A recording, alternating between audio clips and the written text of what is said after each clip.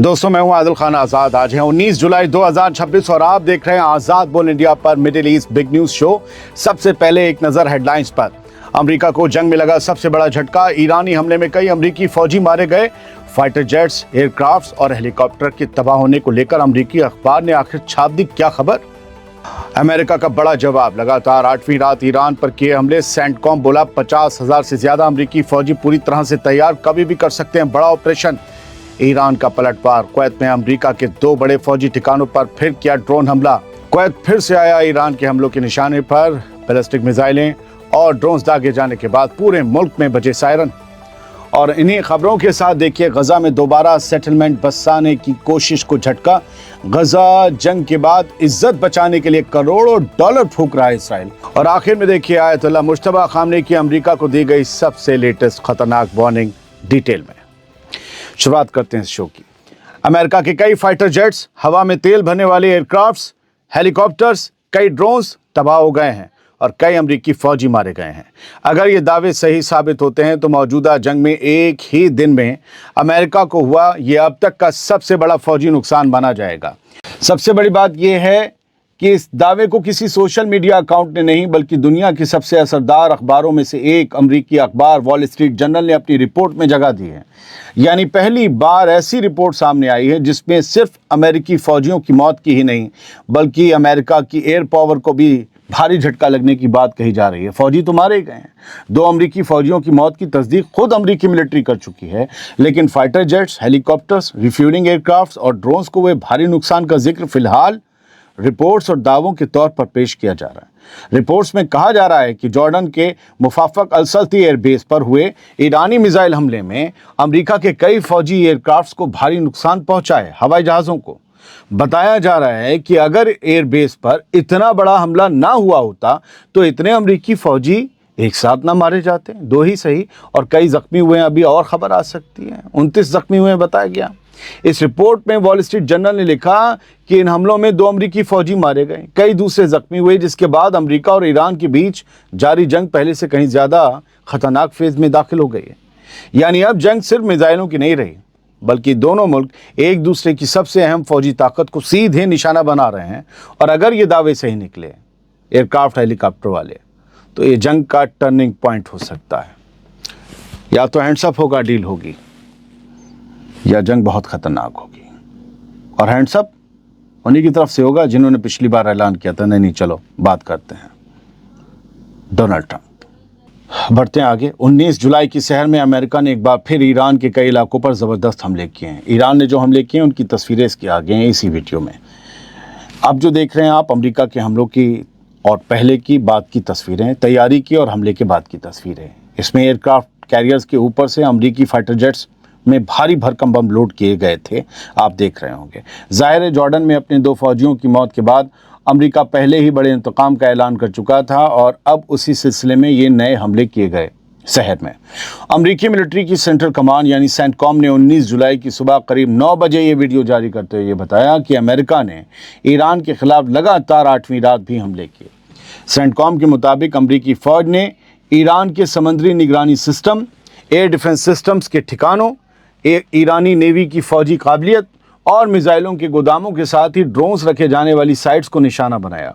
CENTCOM ने कहा कि इन हमलों का मकसद ईरान की फौजी ताकत को और कमज़ोर करना था।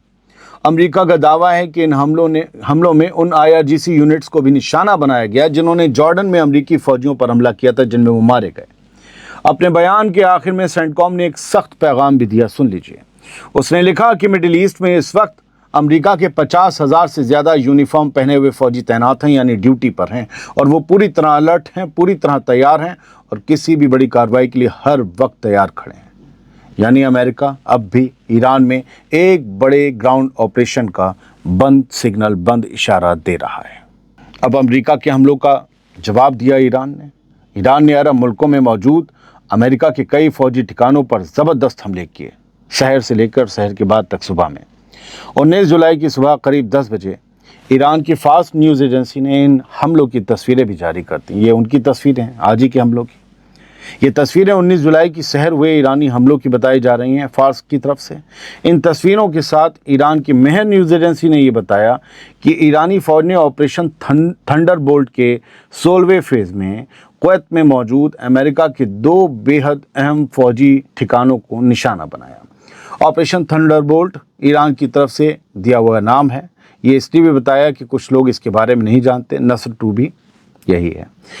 ईरान ने एक बड़ा दावा भी किया कि कुवैत में जो अमेरिका का अड्डा है, आरिफ जान कैंप, उसमें अमेरिका की मिलिट्री का गोला बारूद का जो बड़ा गोदाम है उस पर और अली अल सलेम एयरबेस पर तैनात पैट्रियट एयर डिफेंस रडार और दूसरे एयर डिफेंस सिस्टम्स पर बड़ी तादाद में सुसाइड ड्रोन से हमला किया गया। मेहर न्यूज़ एजेंसी के मुताबिक अली अल सलेम एयरबेस पर मौजूद अमरीकी फ़ौज के सामान और फ़ौजियों के शेल्टर्स को भी निशाना बनाया गया।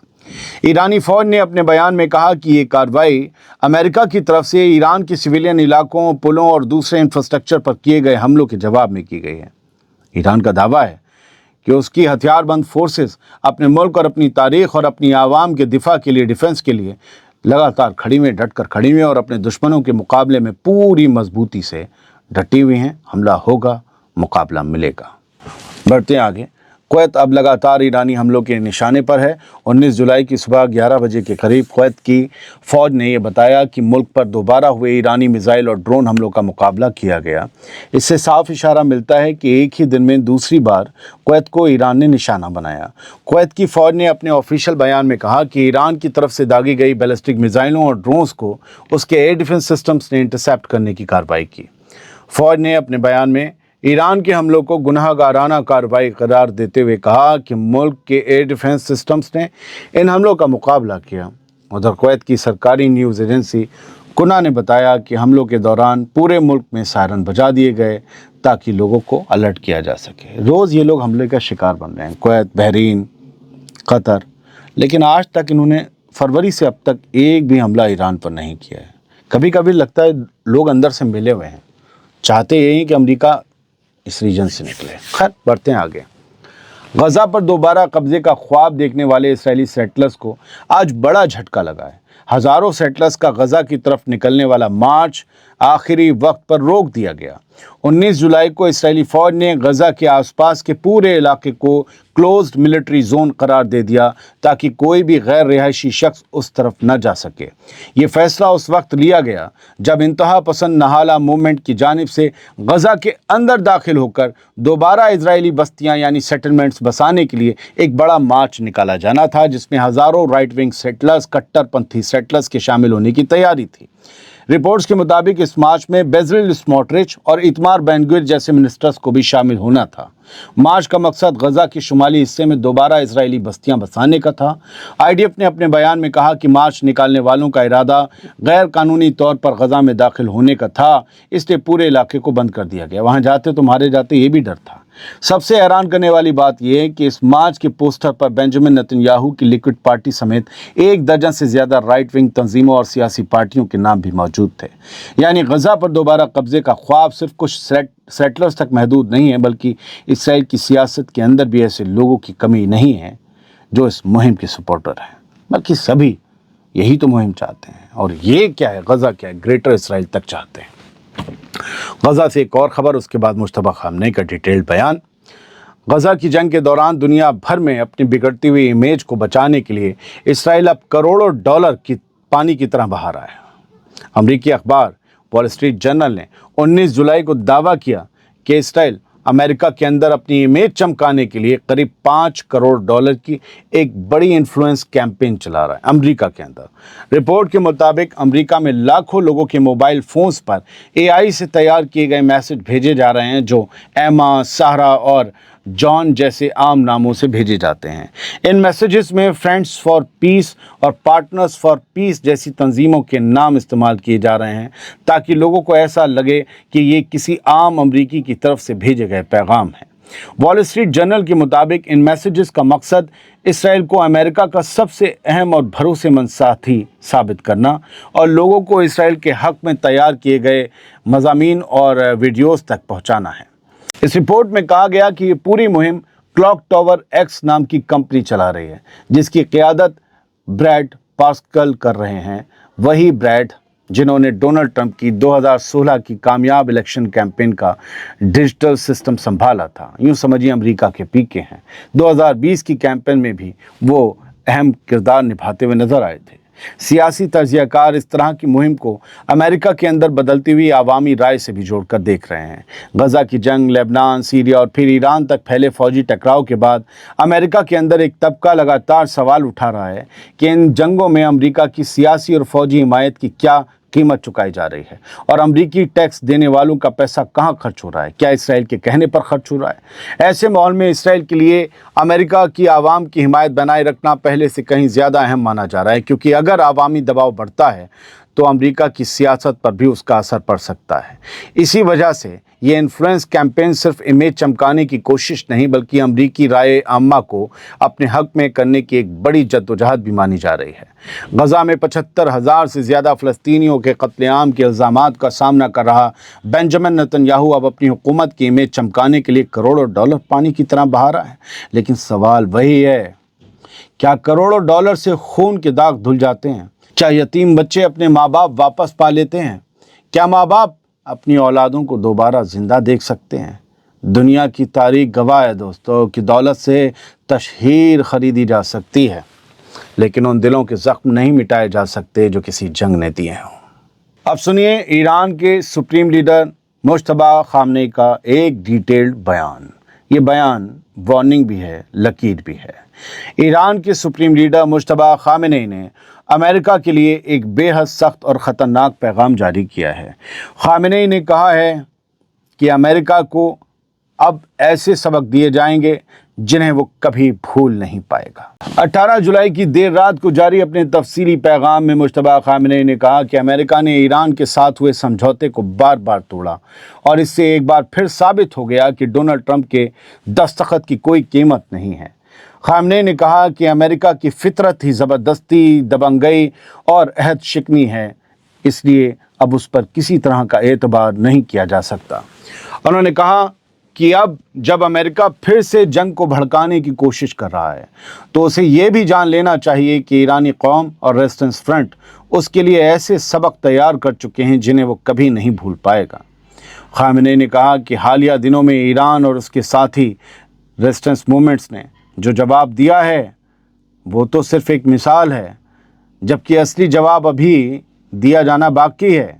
अपने पैगाम में खामनेई ने ईरानी आवाम से भी अपील की कि इस नाजुक दौर में मुल्क के अंदर इत्तेहाद और यूनिटी यानी यकजहती को हर हाल में बरकरार रखा जाए, क्योंकि दुश्मन सबसे पहले इसी चीज़ को नुकसान पहुंचाने की कोशिश करेगा।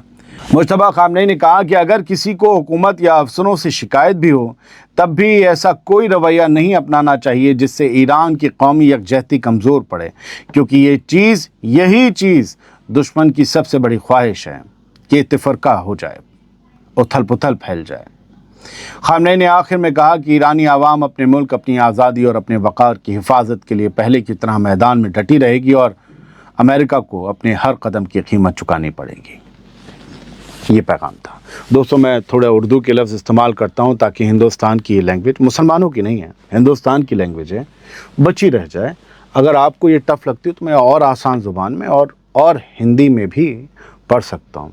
सबसे बड़ी बात न्यूज़ में यही है कि आपको पूरी खबर समझ में आनी चाहिए, उस ज़बान में हो।